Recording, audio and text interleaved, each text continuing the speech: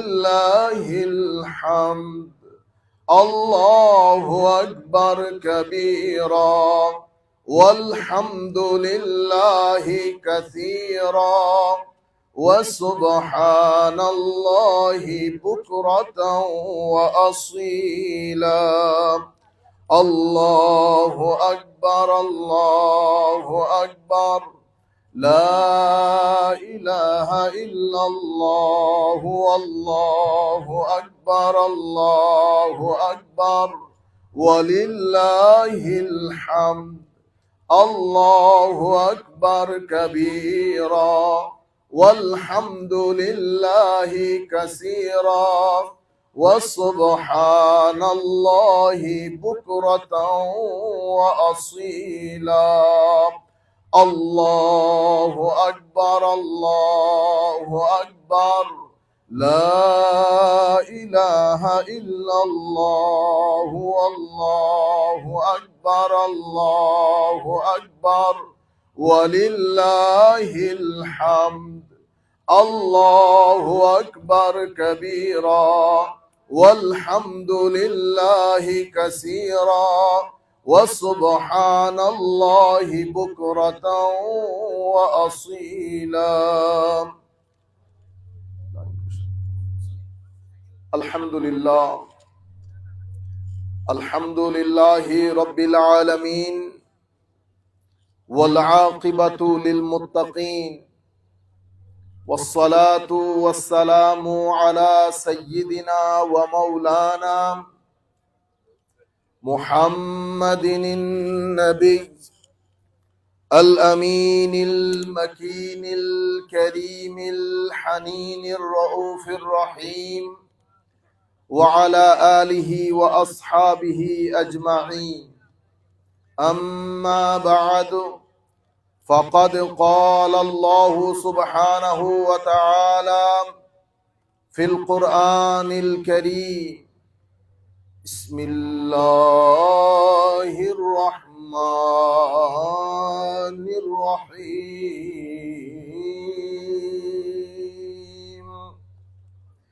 إن الله وملائكته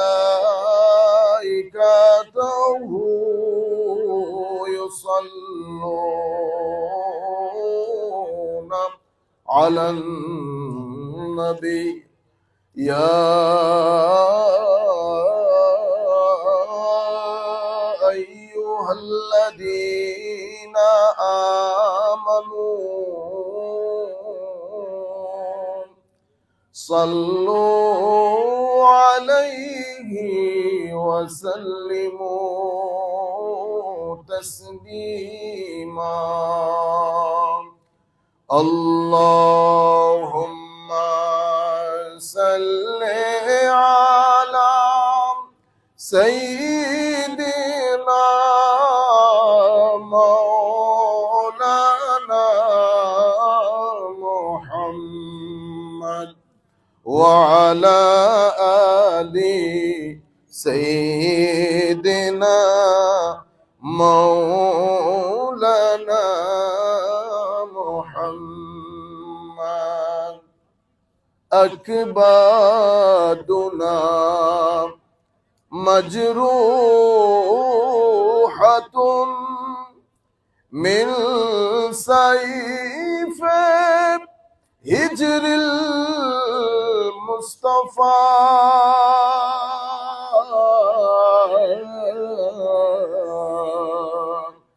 طوبى لأهل بلدة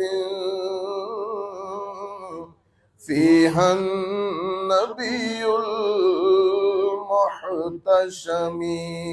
اللهم صل على سيدنا مولانا محمد وعلى آلنا مولانا محمد. قال الله سبحانه وتعالى: يا أيها الناس قد جاءتكم موعظة من ربكم وشفاء لما في الصدور وهدى ورحمة للمؤمنين قل بفضل الله وبرحمته فبذلك فليفرحوا هو خير مما يجمعون صدق الله مولانا العظيم وصدق رسوله النبي الحبيب الكريم ونحن على ذلك لمن الشاهدين والشاكرين رب صل وسلم وبارك عليه. Alhamdulillah, by the blessings and mercy of Almighty Allah, we have been able to gather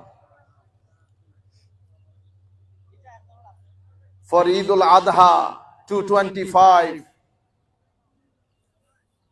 just to express our gratitude to Almighty Allah. We together say, Alhamdulillahi Rabbil Alameen.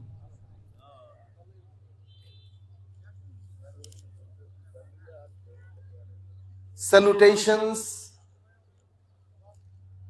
to the cream of the creation, mercy for the whole mankind, Muhammadur Rasulullah sallallahu alayhi wasallam. At the very beginning, I would like to thank, special thanks to all our volunteers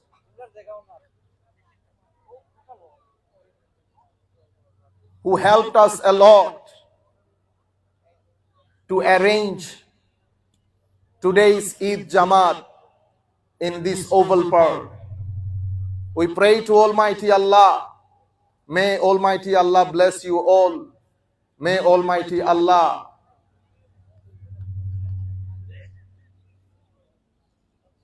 protect you. May Almighty Allah give you Jazakumullahu khairal jaza fid darain. My dear brothers and sisters, we are going to pray our Jamaat at exactly 8:30 inshallah. Before that, especially for the kids and youth, I have recited 2 verses from the Holy Quran. Before I translate these 2 verses, history behind this sacrificial festival, Eid al-Adha. We all parents should discuss this with our children, with our youth, so they may have a clear idea about the philosophy behind this Eid al-Adha or sacrificial festival. Allah subhanahu wa ta'ala said in the Quran, Ya ayyuhan nas, qad ja'atkum maw'izatun min rabbikum wa shifa'un lima fis sudur wa hudan wa rahmatan lil mu'minin. In this verse, Allah subhanahu wa ta'ala talked about the features, salient feature of the Holy Quran, the last and final message from Almighty Allah. This is the final revolution. My dear brothers, as we have mentioned so many times, I would like to request all my brothers and sisters, whoever listening to this speech from or throughout the world, I would like to request, if you have time, please spend some time to read this final and last testament, final and last message of Almighty Allah. If your language is English, you can read the translation in English. If you are from any country, you can read in your own language if you do not know how to read Arabic. My dear brothers, in this verse, Allah subhanahu wa ta'ala talked about the salient feature of the Holy Quran.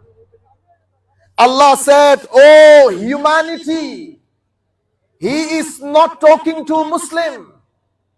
Allah subhanahu wa ta'ala addressing the whole humanity, saying, "Ya ayyuhan nas, O you mankind, O humanity, qad ja'atkum maw'izatum min rabbikum." Indeed, there has come to you a warning from your Lord, a cure for what is in the hearts, a guide and a mercy for the believers. My dear brothers, there are 4 features. You can call them salient feature of the Holy Quran. The first feature of the Holy Quran, as it is mentioned in this verse, Allah subhanahu wa ta'ala said, this is maw'iza. Maw'iza means this is an advice, suggestion that you are in need of in this world to lead your life. So this is a warning, this is a message, this is an advice, and this is a shifa. This is really, really important, especially in this modern era, modern age, when our youth is suffering from depression and different mental anxieties. Allah subhanahu wa ta'ala said that you have cured whatever you are suffering from, whatever you have in your heart, whatever problem you are facing. Allah subhanahu wa ta'ala said in this Quran, it has a cure. It can provide you healing. So the second feature Allah subhanahu wa ta'ala talked about, that this Quran is cure for your heart. The third thing Allah subhanahu wa ta'ala told, that this is a guidance. The fourth thing Allah subhanahu wa ta'ala said, this is a rahmah, blessings. So Quran is advice for you. Whatever advice you need in your family life, in your social life, in the life with your wives, with your children, with your neighbors, whatever suggestion and advice you need, Quran said, I am providing you that advice. And Quran said, not only that, I'll heal all your problems that your hearts are suffering from. Then Quran said, I am the guidance. If you are confused, where to go? Which one is the path of salvation? What is the truth? Quran will guide you. Quran will enlighten you. Quran will remove all your confusion from your heart with regard to the truth, with regard to the authenticity of the truth. Quran will let you know why your humanity, you are in need of religion. At this moment, I would like to request all my parents, my dear parents, our children, our future generation, they are in need of religion as they are in need of water for their physical survival. Without water, nobody can survive. Same way, without religion, our spiritual world, our spiritual dimension of life cannot survive. That's why when Allah subhanahu wa ta'ala decided to create human being on this earth. He has created the first human being and the messenger of Allah, the first ever human being, Prophet Adam alayhi salatu wassalam. Before the creation of the human being, Allah subhanahu wa ta'ala prepared this whole universe, especially this world, for the survival of the human being.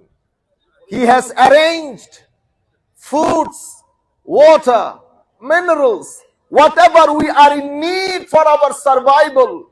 Allah subhanahu wa ta'ala arranged. This is a divine arrangement.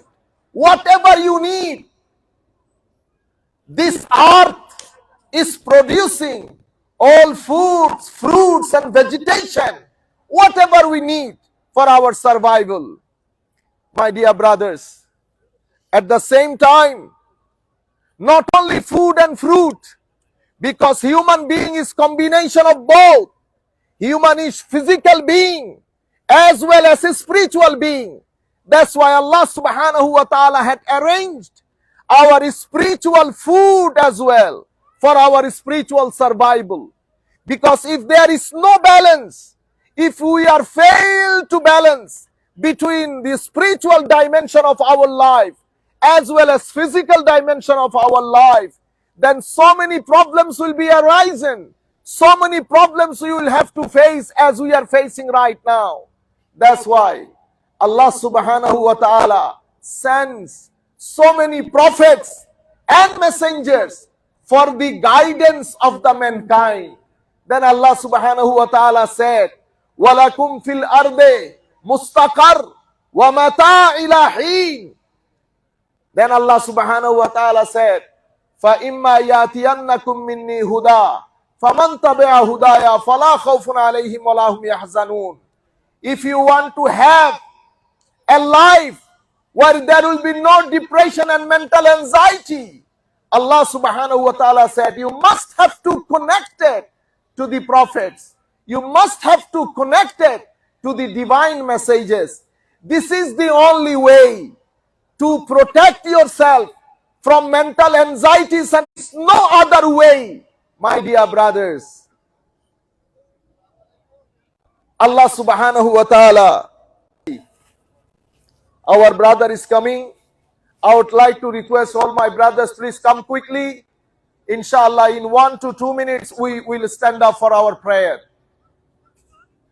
On behalf of our Musalli, Pray and North Bronx Islamic Center, I would like to thank the respective authority who has allowed us to pray, to offer our Eid Jamaat in this oval park. Thank you very much for your kind cooperation. Now I would like to request all my brothers, could you please stand up so that we can make requested to make the row, please.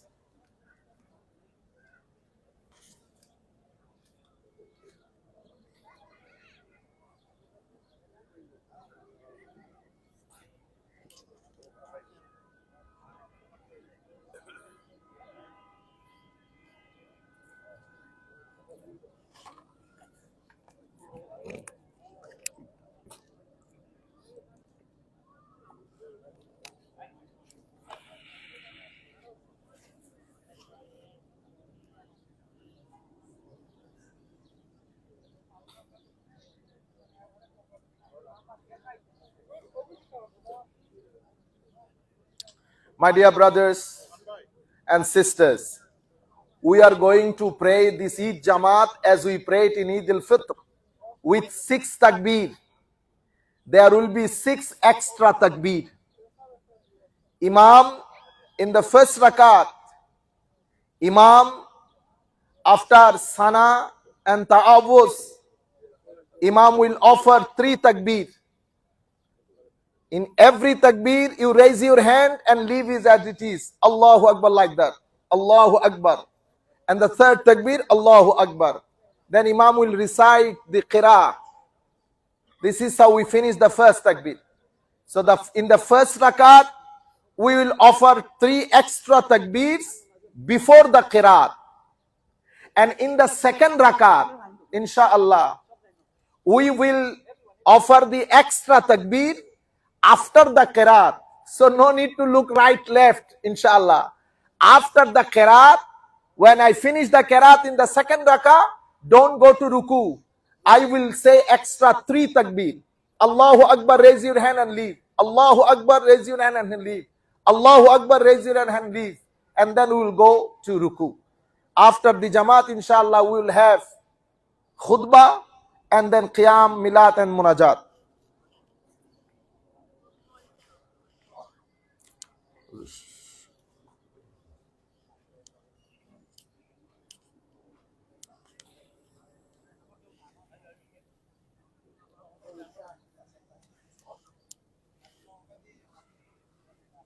MashaAllah.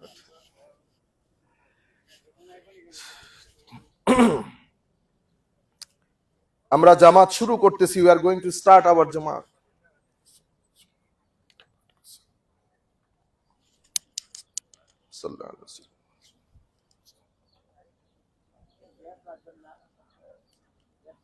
Please do not leave any gap between two musallis.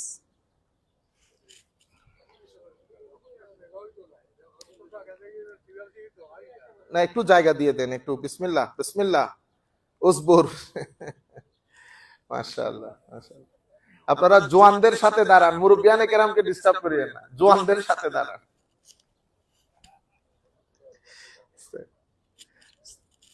আস্তাগফিরুল্লাহ।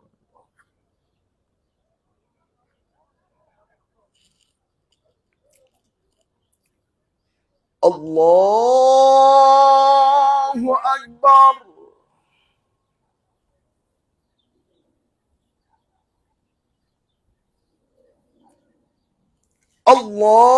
Allahu Akbar. Allahu Akbar. Allahu Akbar. Alhamdulillahi Rabbil Alameen.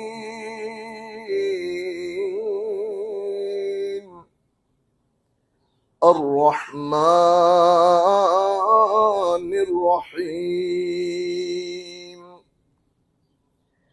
Maliki Yawmiddin.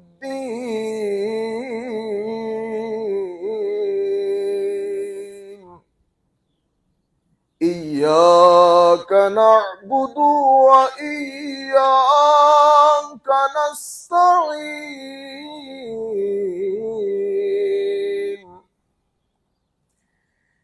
اهدنا الصراط المستقيم صراط الذين أنعمت عليهم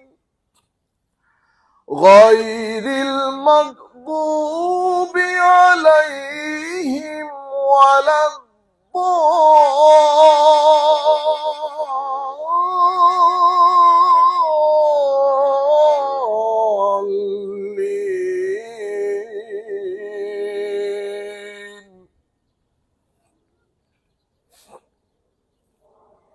إن الله وملائكته يصلون على النبي يا أيها الذين آمنوا صلوا عليه وسلموا تسليما إن الذين يؤذون الله ورسوله لعنهم الله في الدنيا والآخرة وأعد لهم عذابا مهينا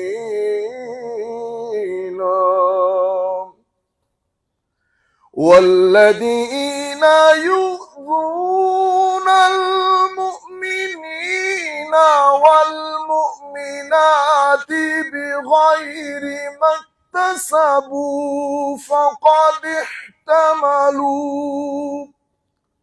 فقد احتملوا بهتانا وإثما مبينا.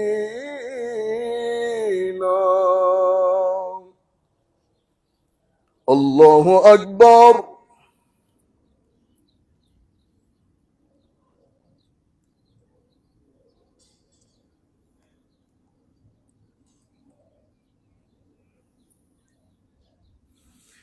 سمع الله لمن حمده.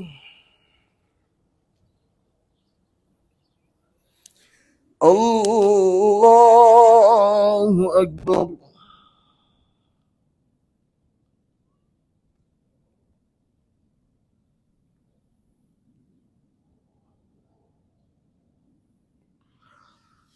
الله أكبر.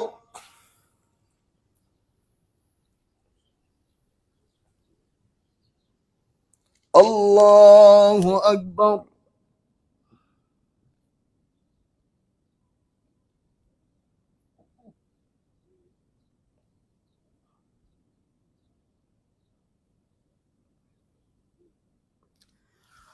الله أكبر. الحمد لله رب العالمين الرحمن الرحيم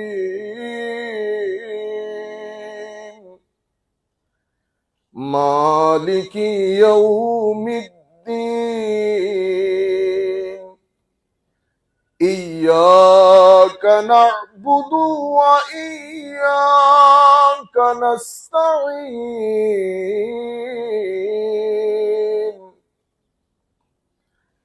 اهدنا الصراط المستقيم صراط الذين أنعمت عليهم غير المغضوب عليهم ولا الضالين.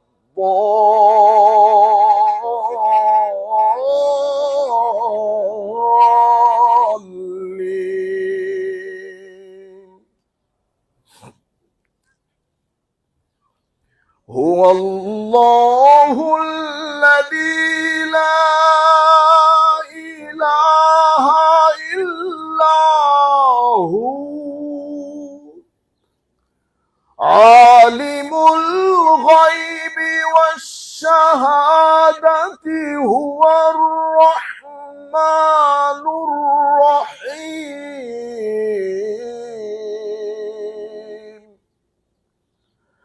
هو الله الذي لا إله إلا هو الملك القدوس السلام المؤمن المهيمن العزيز الجبار المتكبر. سبحان الله عما يشركون.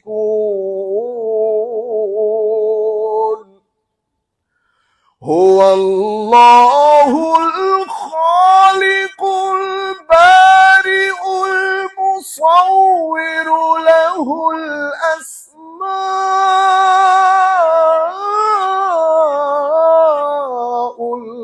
الحسنى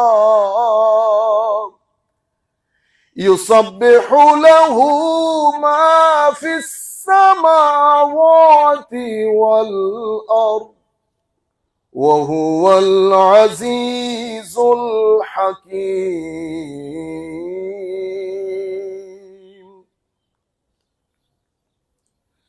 الله أكبر. الله أكبر. الله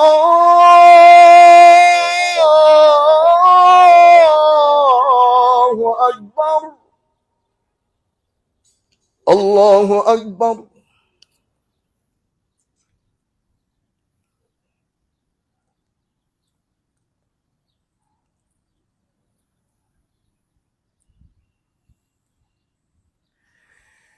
سمع الله لمن حمده.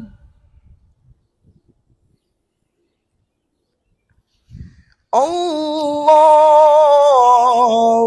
أكبر.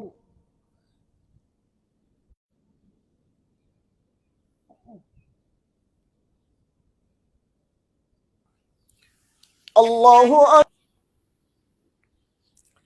الله أكبر.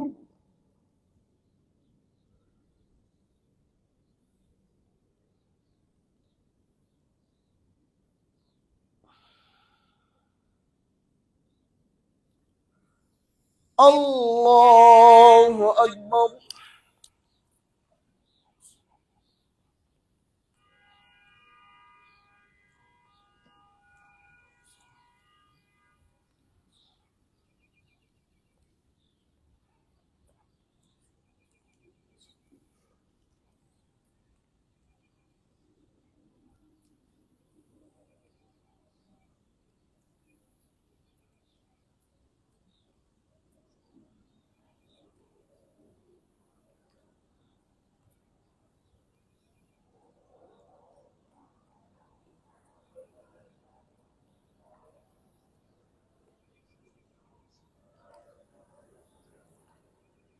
السلام عليكم ورحمة الله.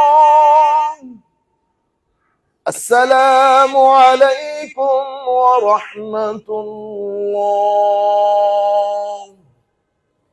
الله أكبر. الله أكبر. لا إله إلا الله. الله أكبر. الله أكبر. ولله الحمد. الله أكبر كبيرا والحمد لله كثيرا وسبحان الله بكرة وأصيلا. الله أكبر. الله أكبر. الله أكبر. الله أكبر. الله أكبر. الله أكبر. الله أكبر. الله أكبر. الله أكبر. الله أكبر. لا إله إلا الله والله أكبر.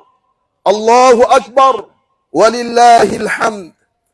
الحمد لله الذي جعل الأعياد في الإسلام مصدرا للهناء والسرور. الحمد لله الذي تفضل في هذه الأيام العشر على كل عبد شكور. سبحانه غافر الذنب وقابل التوب شديد العقاب. نحمده على نعم أتمها وعافية أسبغها ومحن رفعها وكروب كشفها. ونشكره على ما شرع لنا من المناسك وما علمنا من الأحكام والشرائع ولولاه سبحانه لضللنا. وأشهد أن محمدا صلى الله عليه وسلم عبده ورسوله صاحب الوجه الأنور والجبين الأزهر وأفضل من صلى وزكى وصام وحج واعتمر. صلى الله عليه وعلى آله وصحبه وسلم تسليما مديدا وأكثر. أما بعد فلنتق الله تعالى في أقوالنا وأفعالنا ونياتنا وما نأتي وما نذر. ألزموا التقوى تسعدوا فمن اتقى وأصلح فلا خوف عليهم ولا هم يحزنون. الله أكبر. لا إله إلا الله والله أكبر. الله أكبر ولله الحمد.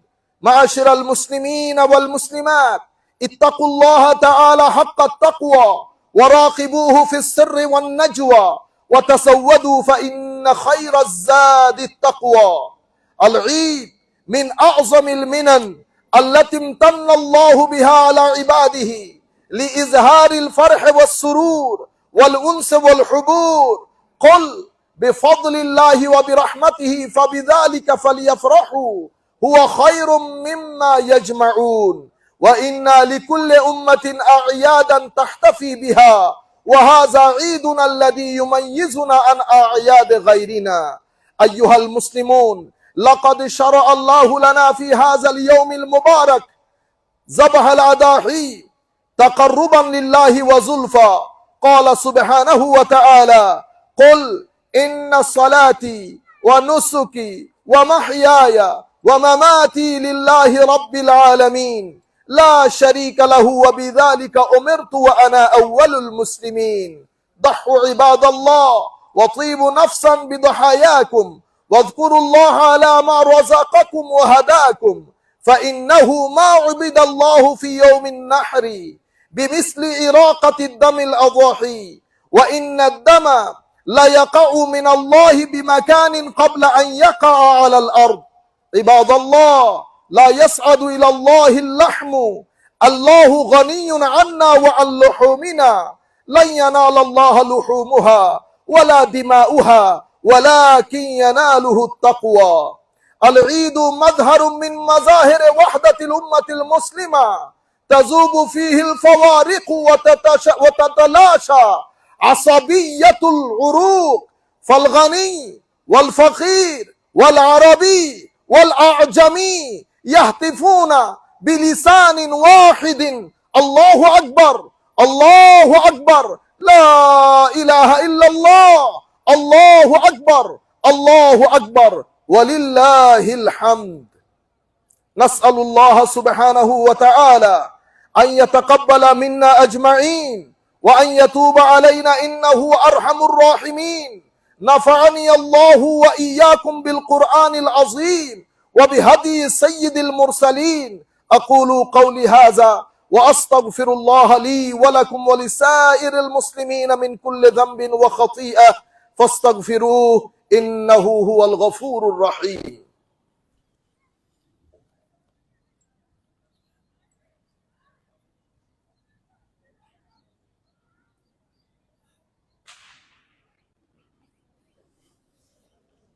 الله أكبر، الله أكبر، الله أكبر، الله أكبر، الله أكبر، الله أكبر، الله أكبر، الله أكبر، الله أكبر، لا إله إلا الله والله أكبر، الله أكبر ولله الحمد.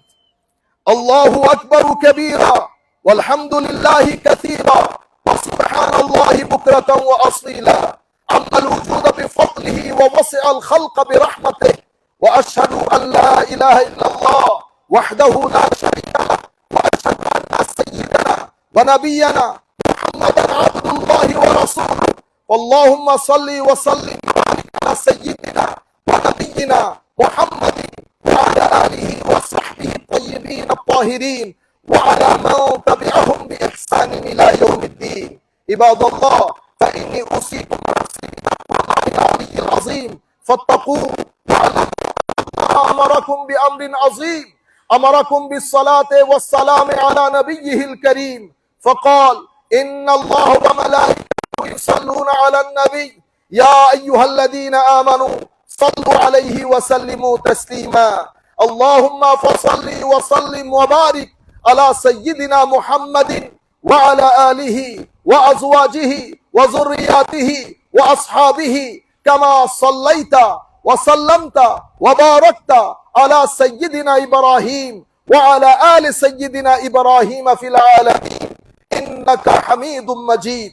وارض اللهم عن الخلفاء الراشدين المهديين أبي بكر وعمر وعثمان وعلي رضي الله عنهم أجمعين، وعن باقي الصحابة أجمعين خصوصا من الأنصار والمهاجرين والتابعين لهم في كل وقت وحين.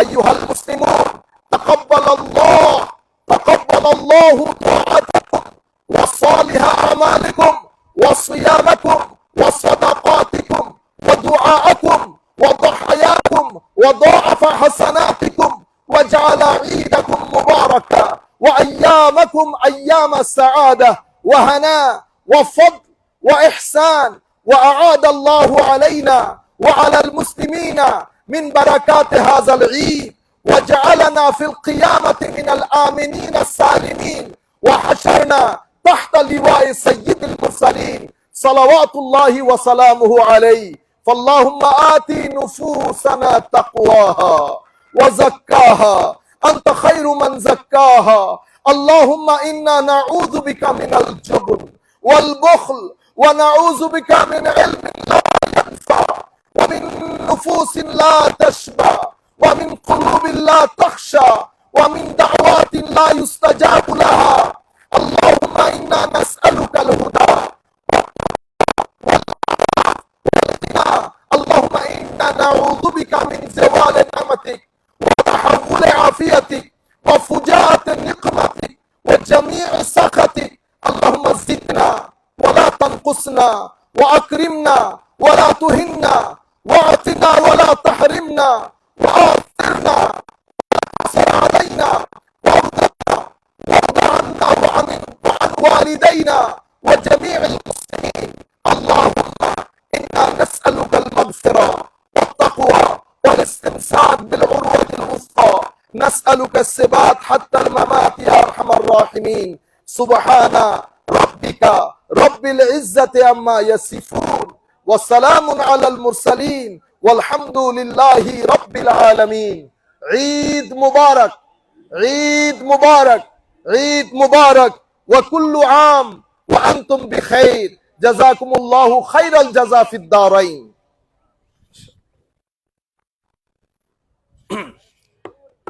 আমরা প্রাথমিকভাবে মোনাজাত করে কিয়াম মিলাদ করব যারা থাকবেন থাকবেন আমিন ربنا ظلمنا أنفسنا وإن لم تغفر لنا وترحمنا لنكونن من الخاسرين ربنا آتنا في الدنيا حسنة وفي الآخرة حسنة وقنا عذاب النار وادخلنا الجنة مع الأبرار يا عزيز يا غفار يا أرحم الراحمين اللهم يا رب اللهم يا رب اللهم يا رب نور قلوبنا بنور الإيمان ونور محبتك محبة حبيبك صلى الله عليه وسلم اللهم أمتنا وأنت راض عنا ولا تمتنا وأنت غضبان ربنا وآتنا ما وعدتنا على رسلك ولا تخزنا يوم القيامة إنك لا تخلف الميعاد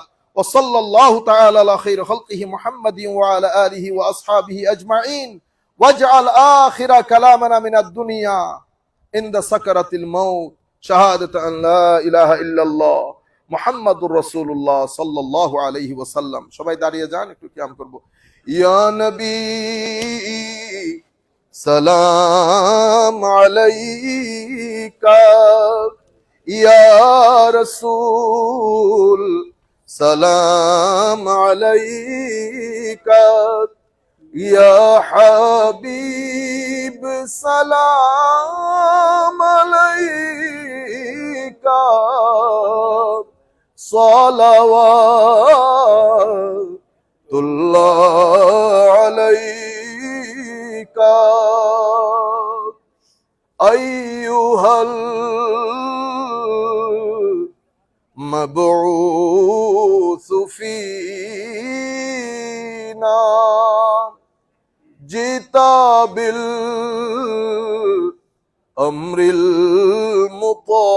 المطاع جئت شرفت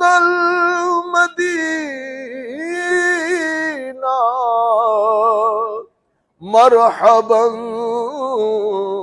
يا خير داعي يا نبي سلام عليك يا رسول سلام عليك يا حبيب سلام عليك صلوات الله عليك مالك जन्नत तुम ही हो कौसिमे नेमतें तुम ही हो, साक़िए कौसर तुम ही हो, शाफिए महशर तुम ही हो, या नबी सलाम अलैका, सलाम अलैका, या हबीब सलाम अलैका, सलावतुल्लाह अलैका। সাধ্য নাই যেতে মদিনা, দিন রাত এই তো ভাবনা, দেখা দেন নবী স্বপনে,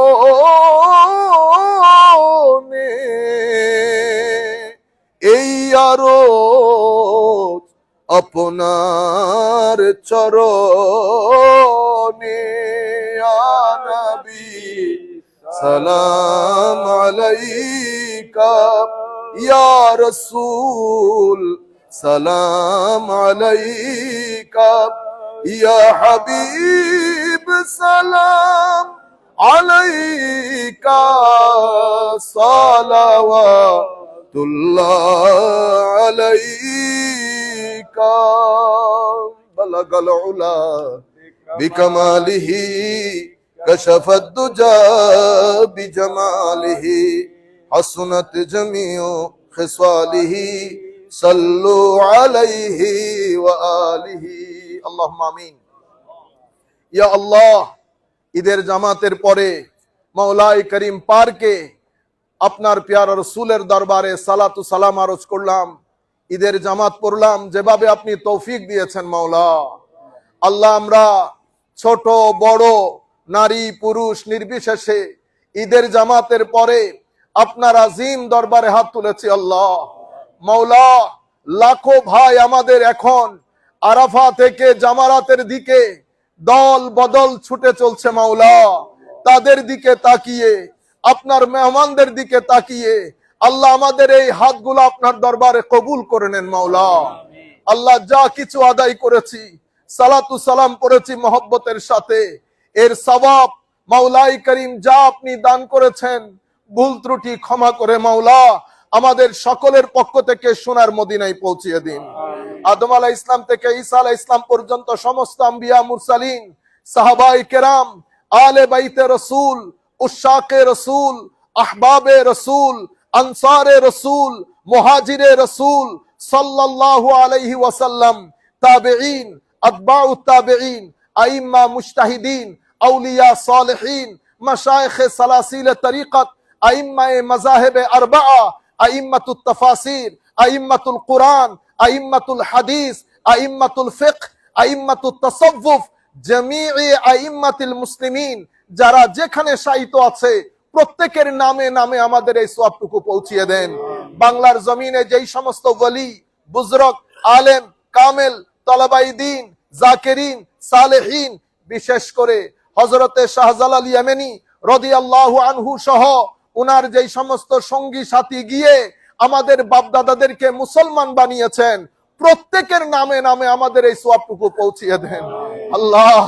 আজকের এই মুহূর্তে আমাদের অসংখ্য আত্মীয় স্বজন, আমাদের মা বাবা, ভাই বন্ধু, উস্তাদ পীর মুর্শিদ আসাতেজা, আল্লাহ, এক সময় যাদের টেলিফোনের অপেক্ষা করতাম, যারা আমাদের টেলিফোনের অপেক্ষা করত, মাওলাই করিম সবাই আল্লাহ অন্য দুনিয়ার মধ্যে আশ্রয় নিয়েছে। জানি না কে কোন অবস্থার মধ্যে আছে। আমাদের সমস্ত মা বাবা, পাড়া প্রতিবেশী, আত্মীয় স্বজন, সবার নামে নামে আমাদের এই সবটুকু পৌঁছিয়ে দেন মাওলা। তাদের কবরকে জান্নাতের বাগান বানিয়ে ফেলেন আল্লাহ, তাদের কবরকে জান্নাতের বাগান করে দেন আল্লাহ। মাওলাই করিম, আমরা যারা আপনার দরবারে হাত উঠিয়েছি আল্লাহ, আমাদের মা বাবা, ভাই বন্ধু, উস্তাদ পীর মুর্শিদ আসাতেজা যারা বেঁচে আছে আল্লাহ, সকলের জানা অজানা গুনাহগুলো আপনি ক্ষমা করে দেন। গুনাহ করেছি মাওলা, ক্ষমা করে দেন আল্লাহ। আরাফার দিবস চলে গেছে মাওলা, সমস্ত হুজ্জাজে কেরামকে আপনি নিশ্চয়ই ক্ষমা করে দিয়েছেন আল্লাহ। আপনার পেয়ারা রাসূল বলেছে সবচেয়ে বেশি সংখ্যক মানুষ জাহান্নাম থেকে নাজাত পায় আরাফার দিবসে আল্লাহ। আমাদের তো আরাফার দিবস জুটে নাই, কিন্তু আরাফার সঙ্গী সাথীদের মতো আমরা চুল দাড়ি কাটি নাই মাওলা, রোজা রেখেছি, নামাজ দোয়া পড়েছি, তাদের তাকবীরের সাথে তাকবীর মিলিয়ে প্রত্যেক নামাজের পরে পথে ঘাটে আপনার বরত্বের বর্ণনা দিচ্ছি আল্লাহ। আপনি আমাদেরকে বঞ্চিত করিয়েন না, ক্ষমা করে দেন মাওলা। ক্ষমা করে দিলে আপনার কিছু যায় আসবে না আল্লাহ, ক্ষমা করে দেন আমাদেরকে। আমাদের ঘরের মধ্যে শান্তি দান করেন, আমাদের পরিবার প্রতিবেশী, আমাদের ভবিষ্যৎ প্রজন্ম প্রত্যেকের অন্তরে আপনার ভয়, আপনার পেয়ারা রাসূলের ইশক মহব্বত দান করেন। আমাদের মহিলাদেরকে হেফাজত করেন, ক্ষমা করেন। হযরত আয়েশা সিদ্দিকা রাদিয়াল্লাহু তাআলা আনহার ফিউজাত দান করেন, ফাতেমাতুজ জাহরা রাদিয়াল্লাহু তাআলা আনহার ফিউজাত দান করেন। তাদের মাধ্যমে আমাদের ঘরগুলোকে আবাদ করেন।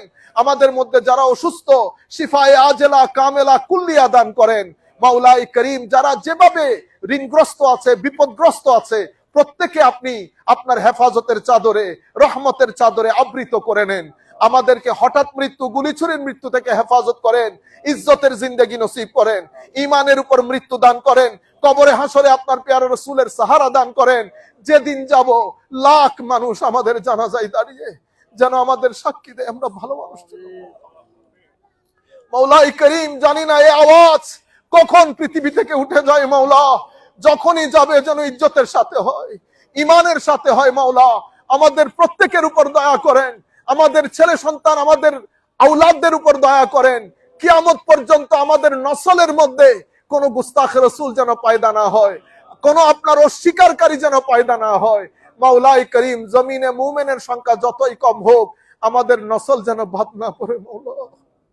ও সাল্লাল্লাহু তাআলা আলা, আমার যে সমস্ত ভাইয়েরা এই জামাত এখানে সংগঠন করার জন্য মাওলাই করিম সকাল থেকে কাজ করছেন, রাতে কাজ করেছেন, আল্লাহ আপনার দরবারে বিনয়ের সাথে আরজ করছি প্রত্যেককে আপনি জাযায়ে খায়ের দান করেন, আহসানুল জাযা দান করেন, নিআমুল বদল দান করেন মাওলা। ওয়া সাল্লাল্লাহু তাআলা আলা খায়রি খালকিহি মুহাম্মাদি ওয়া আলা আলিহি ওয়া আসহাবিহি আজমাইন برحمتك يا ارحم الراحمين بحق لا اله الا الله محمد رسول الله صلى الله عليه وسلم. عيد مبارك، اغفر الله لنا ولكم. ما شاء الله ما شاء الله. السلام عليكم. ما شاء الله.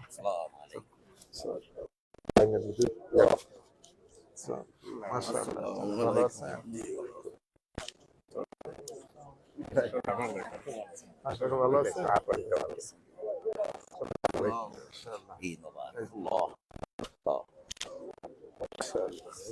ভালো আছেন? মাশাআল্লাহ। আমার মোবাইল চলে যাবে। ভালো আছেন? মাশাআল্লাহ।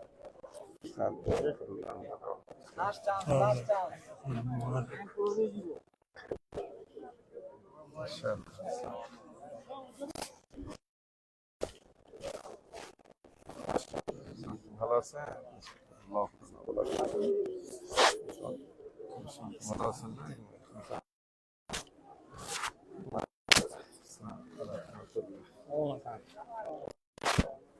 মুরব্বীটা একটু আগে, আপনারা মাইন্ড করিয়েন না।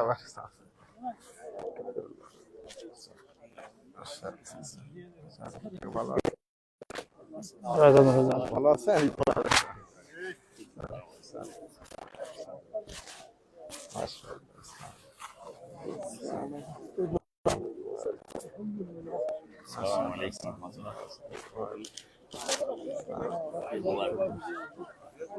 মাশাআল্লাহ।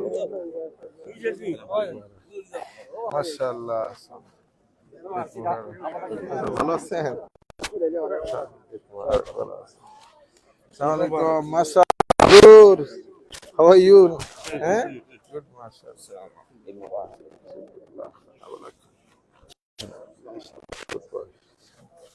আলাইকুম। ভালো আছেন? আফসা, মাশাআল্লাহ। ভালো আছো তুমি? জি। ক্লাস চলতেছে বোধহয় না? জি। মাশাআল্লাহ। ভালো আছেন? এই খবর। মাশাআল্লাহ। আসসালামু আলাইকুম। ভালো আছেন? ভালো আছেন? সবাই কই? ভালো আছেন?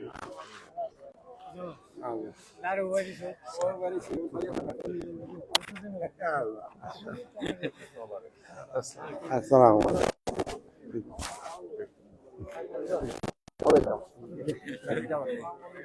কাজে যাবেন আজকে?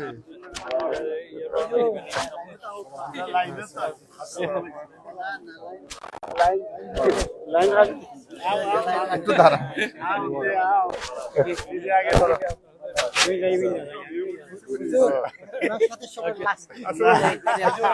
ভালো আছেন? ভালো আছেন কাকা? হুজুর আসেন। ভালো আছেন?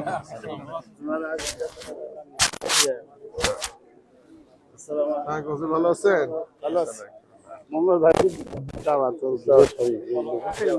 মঙ্গলবারে বলছেন না? এই এই এই টিউসডে। আচ্ছা আচ্ছা আচ্ছা আচ্ছা। আমার বাতি যারা আপনারা খুবই ভালো পান। মাশাআল্লাহ। ভালো আছেন?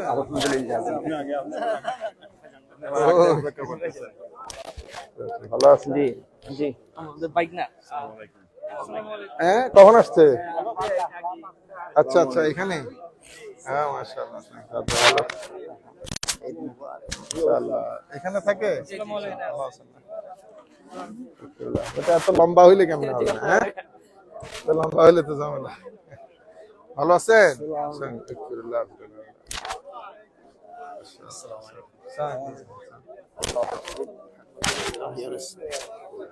ভালো আছেন না? ভালো আছে। আছি আলহামদুলিল্লাহ। আসসালামু আলাইকুম রাহমাতুল্লাহ। MashaAllah, Shoaib. You look gorgeous, MashaAllah. Very good boy. Allahu lana wa lakum. MashaAllah. আসসালামু আলাইকুম ভালো আছেন? আসসালামু আলাইকুম। ওয়ালাইকুম ভালো আছেন? জি আলহামদুলিল্লাহ নাম সাহেব। আপনি অনেক শুনি ভালো লাগছে ইচ্ছা হলো আপনার সাথে। MashaAllah. Thank you. So, how are you? It's Mubarak. Jiggy Biggy? Mubarak. It's Mubarak, Baba. আসসালামু আলাইকুম ভালো আছেন? বলো না আব্বার খবর তো জানলাম না তুমি জি আপনার আব্বার খবর বলতে তাই না আসেন না আমি জানি না অবশ্যই রং নাম্বার আমার আব্বা তো দেশে আমার আব্বা বাইরে না না না বিদেশে বাইরে থাকে না দেশে তো আমি জানি আচ্ছা আচ্ছা আমার না প্রায় সময় জানতে